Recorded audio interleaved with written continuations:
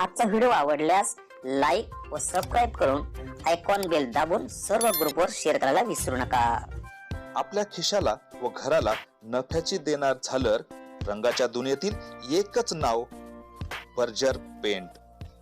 अधिकृत विक्रेते हिंगणे मेजर, Berger paint, Kothari heights, Delhi वेशीजवळ, श्रीगोंदा। नमस्कार, आपणा सर्वांचं दक्ष टाइम 24 लाईव्ह मध्ये सहर्ष स्वागत। आजच्या विशेष बातमीपत्रामध्ये आपण पाहणार आहोत श्री लक्ष्मण पांडुरंग मंदिरात ज्ञानेश्वरी पारायण सोहळ्याचं आयोजन।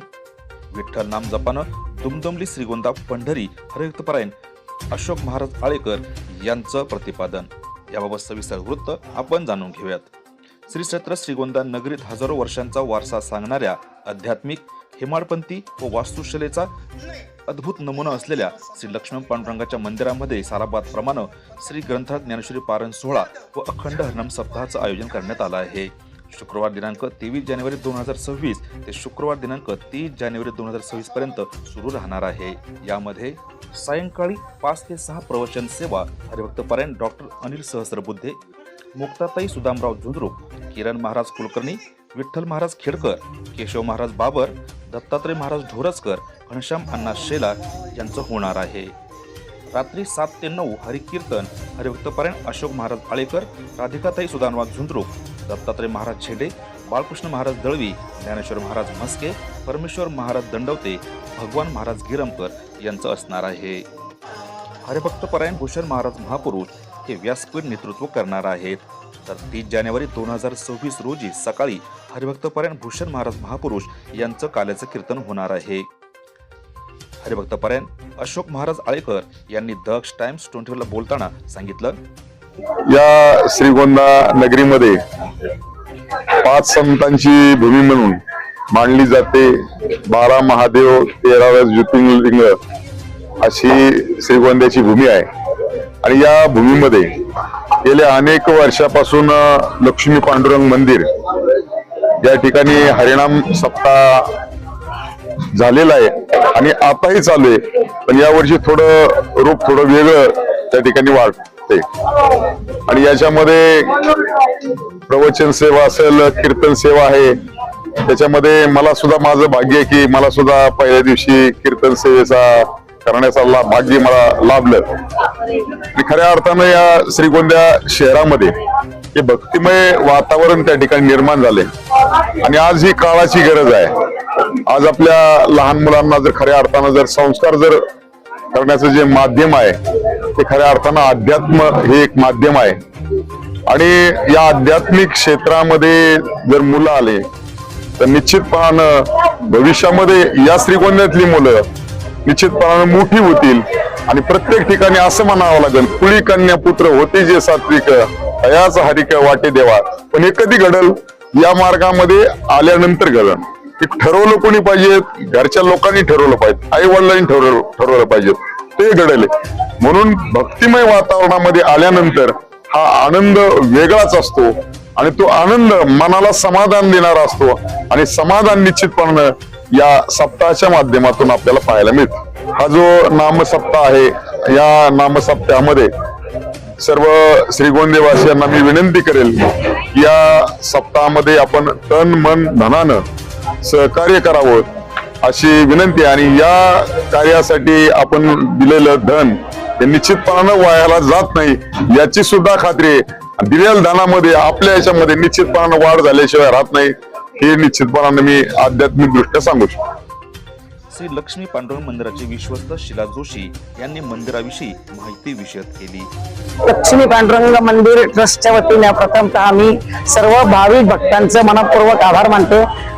गेली अनेक वर्षापासून माझे वडील कैलासवासी बाबा जोशी यांनी या मंदिरामध्ये सप्ताह सुरू केला होता। त्यानंतर कोरोना काळ आला, त्यामुळे सप्ताह बंद झाला। पण त्यावेळेस सप्ताह आषाढ शुद्ध पंचमी ते आषाढ शुद्ध द्वादशी पर्यंत होत होता। आषाढ महिन्यामध्ये श्रीगोंदा शहरातून शेख मोहम्मद महाराजांची दिंडी जाते, त्यामुळं दिंडी जात असल्यामुळं इथं वारकरी उपस्थित होत नाहीत। त्यामुळे आम्ही या वर्षीपासून हा सप्ताह माघ शुद्ध पंचमी ते माघ शुद्ध द्वादशी पर्यंत ठेवलाय आणि या मंदिराचं खरं म्हणजे जीर्णोद्धार करण्याचं पण प्रस्तावित आहे। हा मंदिर सप्ताह जेव्हा बंद पडला त्यावेळेस प्रथमतः आमच्याकडे घनश्यामांना शेलार, सुदाम तात्या झुंजरू आणि आगाव भाऊसाहेब आले. ट्रस्ट कोणाचे ते चौकशी केल्यानंतर ते म्हणाले आपल्याला इथे सप्ताह सुरू करायचंय, बरीच वर्षापासून सप्ताह बंद आहे, आपल्याला तो सप्ताह सुरू करायचा आहे. त्यामुळं मी त्यांना पांडुरंगानेच बुद्धी दिली असेल की सप्ताह सुरू करा अशी आशा बाळगते. ते माझ्याकडे आले, मला म्हणाले आपल्याला इथं सप्ताह सुरू करायचं आहे. मी म्हटलं ठीक आहे, पण आषाढ महिन्यामध्ये सप्ताह होऊ शकत नाही. ते म्हणाले ठीक आहे, मग आम्ही कार्तिकात पण होणार नाही, म्हणून माघ शुद्ध पंचमी ते माघ शुद्ध द्वादशी या काळामध्ये आम्ही हा सप्ताह सुरू केलाय. या सप्त्यामध्ये दररोज पहाटे 4 ते 6 पर्यंत 4 वाजता काकड आरती होते. सकाळी 8 वाजल्यापासून 8 ते 11 भूषण महाराजांच्या देखरेखीखाली ज्ञानेश्वरी पारायण सोहळा होतो. त्यानंतर 2:30 ते 3:30 पर्यंत भजनाचा कार्यक्रम होतो. 4:30 वाजता प्रवचन सुरू होतं. प्रत्येक आपल्या तालुक्यातील बऱ्याचशा संत भक्तांनी किंवा प्रवचनकारांनी, कीर्तनकारांनी या ठिकाणी त्यांची सेवा दिलेली आहे. त्यांचेही आम्ही आभार मानतो. प्रथम झुंझुरू तात्या, सुदाम तात्यांच्या कन्या 2 त्यांनीही प्रवचन आणि कीर्तन दिलं. त्यानंतर अशोक महाराज आळेकर यांनी प्रथम सेवा आम्हाला दिली. त्यामुळे त्यांचे आभार. आणि आम्हाला हे सगळे कीर्तनकार वगैरे सुदाम तात्या, आगाव भाऊसाहेब आणि घनश्यामांना यांनी आम्हाला त्यांच्याशी जोडून दिलं. त्यानंतर आम्ही हा सप्ताह सुरू केला. आता हा सप्ताह खूप जोरात चालू आहे. सगळ्या भाविक भक्त आम्हाला खूप चांगल्या रीतीने सहकार्य करत आहेत. बरेच अन्नदात्यांनी रोज 3 वेळेस आम्हाला इथं अन्नदानाचं काम केलेलं आहे. त्यांचे पण मी आभार मानते की त्यांनी खूप मोठ्या प्रमाणात आणि वर्गणी पण आम्हाला बऱ्याच लोकांकडून अपेक्षित रीती मिळत आहे. सप्ताह जोरात चालू असल्याचा आनंद सगळ्याच भावी भक्तांना आहे बऱ्याच. आणि पहिल्या दिवशी आपल्याकडे डॉक्टर अनिल सहस्रबुद्धे सर यांनी जे प्रवचन दिलं त्यामध्ये श्रीपूर महात्म्याचा उल्लेख केला. तर ते श्रीपूर महात्मे जे आहे ते माझे आजोबा कैलासवासी एकनाथ सदाशिव जोशी यांनी या श्रीपूर महात्मे लिहिलेला आहे. त्या श्रीगोंदा शहराचा इतिहास त्यात आहे.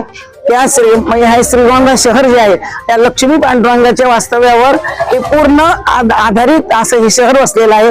हा संपूर्ण उल्लेख श्रीपूर महात्म्यामध्ये आहे.